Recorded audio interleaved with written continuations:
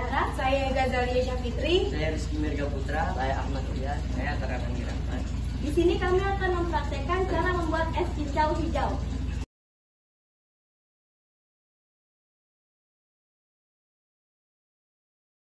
Bahan-bahan untuk membuat es cincau hijau. Di sini ada daun cincau, ada 3 lembar daun pandan, ada santan, gula merah, dan garam. Langkah pertama adalah mencuci daun cincau sampai bersih.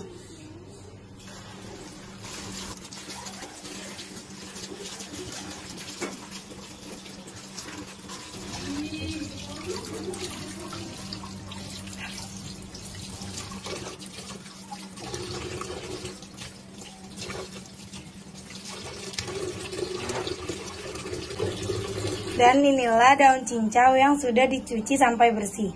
Rebus air secukupnya sampai mendidih. Lalu masukkan daun cincau.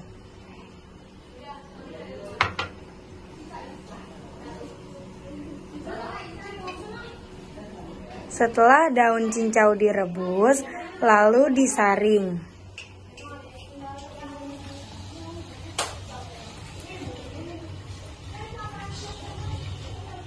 Lalu disiram dengan air dingin.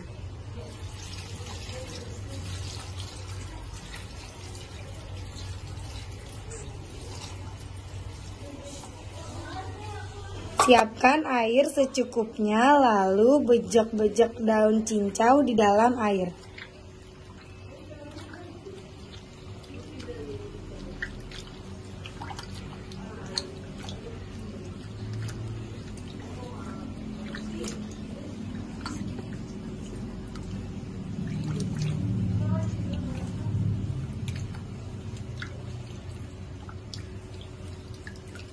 Setelah dibejek, lalu saring ke mangkuk.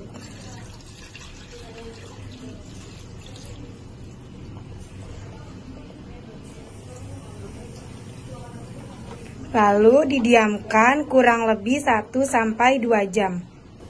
Rebus air secukupnya sampai mendidih. Masukkan gula merah,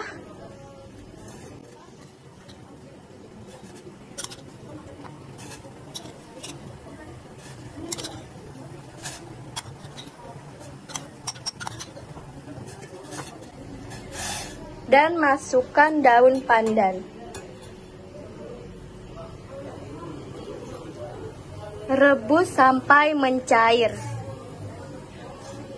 Rebus santan kira-kira 2 gelas. Lalu masukkan garam secukupnya.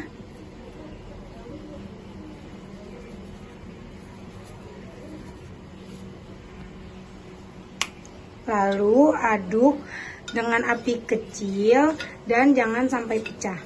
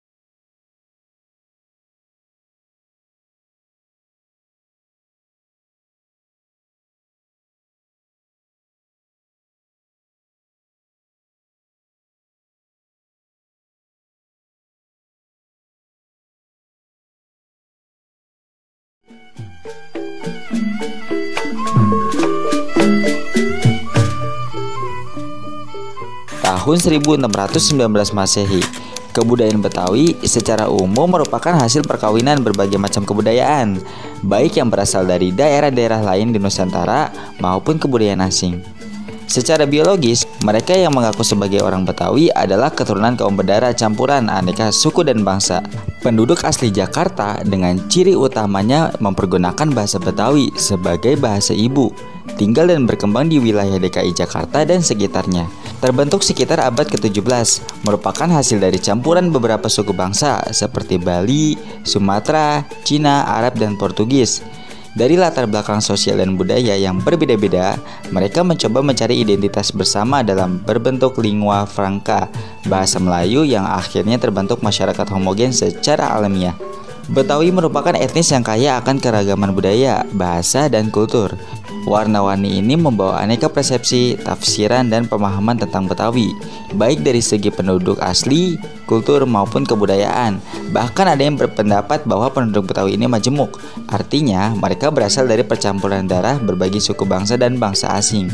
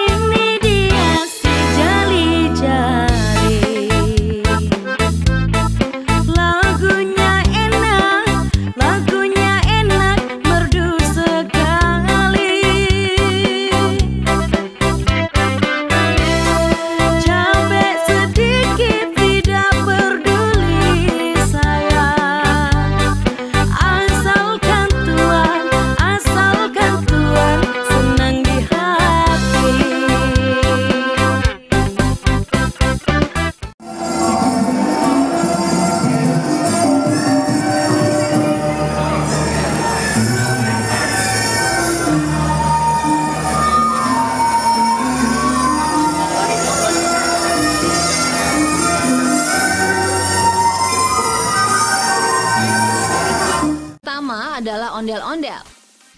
Ikon budaya Betawi yang satu ini memang sangat populer.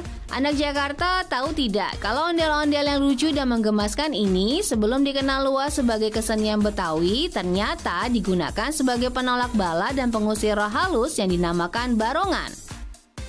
Boneka raksasa yang diarak keliling kampung ini memiliki filosofi sebagai lambang kekuatan untuk memelihara keamanan, ketertiban, ketegaran, keberanian, kejujuran, serta anti manipulasi.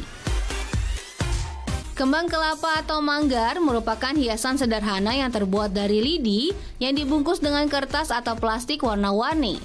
Kembang kelapa sering dijadikan dekorasi penyemarak dalam arak-arakan atau festival budaya. Selain itu, ikon yang satu ini juga digunakan sebagai dekorasi di kiri dan kanan pintu rumah saat hari-hari besar. Rumah kebaya. Ini adalah gambar rumah kebaya. Nama kebaya dari rumah adat ini didapat dari desain atapnya, yang jika dilihat dari samping terlihat seperti lipatan kebaya. Bentuk atap ini menjadi ciri khas rumah kebaya. Rumah kebaya sering juga disebut sebagai rumah bapak. Pertama, soto Betawi. Beberapa daerah memiliki soto dengan ciri khas tersendiri, namun soto Betawi adalah salah satu soto yang paling terkenal. Soto Betawi berisi daging sapi beserta jeroan dari sapi atau ayam dan memiliki kuah santan. Dengan cita rasa gurih dan daging yang kenyal, tak heran kuliner khas Betawi ini digemari oleh banyak orang dan cukup mudah ditemui. Tentang aneka minuman khas Betawi, bir peletok dibuat dari bahan campuran jahe, secang, sereh, dan daun pandan.